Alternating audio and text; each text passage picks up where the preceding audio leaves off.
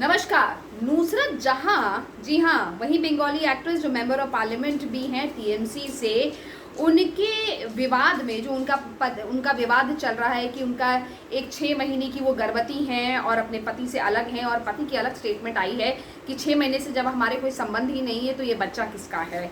अब इस पे नुसरत जहां की ऑफिशियल स्टेटमेंट आई है। ऑफिशियल स्टेटमेंट क्या आई है? ऑफिशियल स्टेटमेंट ये आई है कि हमारी शादी जो हुई है वो तुर्की के कानून के हिसाब से हुई है, तो भारत में तो ये मायने ही नहीं रखता है, इसकी कोई मान्यता नहीं है हमारी शादी की। तो we are not married. Nikhil Jain और नुसरत, अब अचानक पता लगा हमें कि वो मैरिड नहीं है।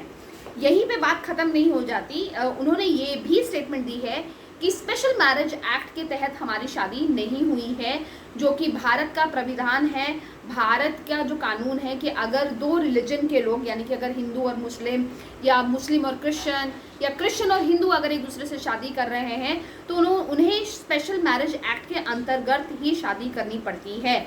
तो ऐसी हमारी शादी नहीं हुई है, तो इसलिए इस शादी का कोई मतलब नहीं है, इसे आप एक लिविंग रिलेशनशिप समझिए और भूल जाइए, इस चैप्टर को भूल जाइए एक तरह से, क्योंकि नुसरत इस चैप्टर को बहुत पहले भूल चुकी हैं। अब इसे क्या कहेंगे? इसे कहेंगे कि कैसे लोग बदल जाते हैं समय के साथ, वक्त बदल गए, जज्बात बदल गए, सब कुछ बदल गया भाई।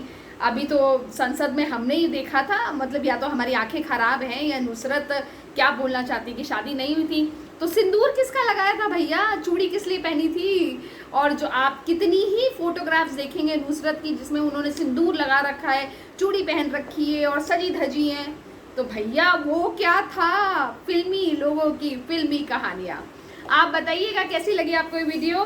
लाइक करिएगा, शेयर करिएगा और हमारे चैनल को ज़रूर सब्सक्राइब करिएगा। Bye bye.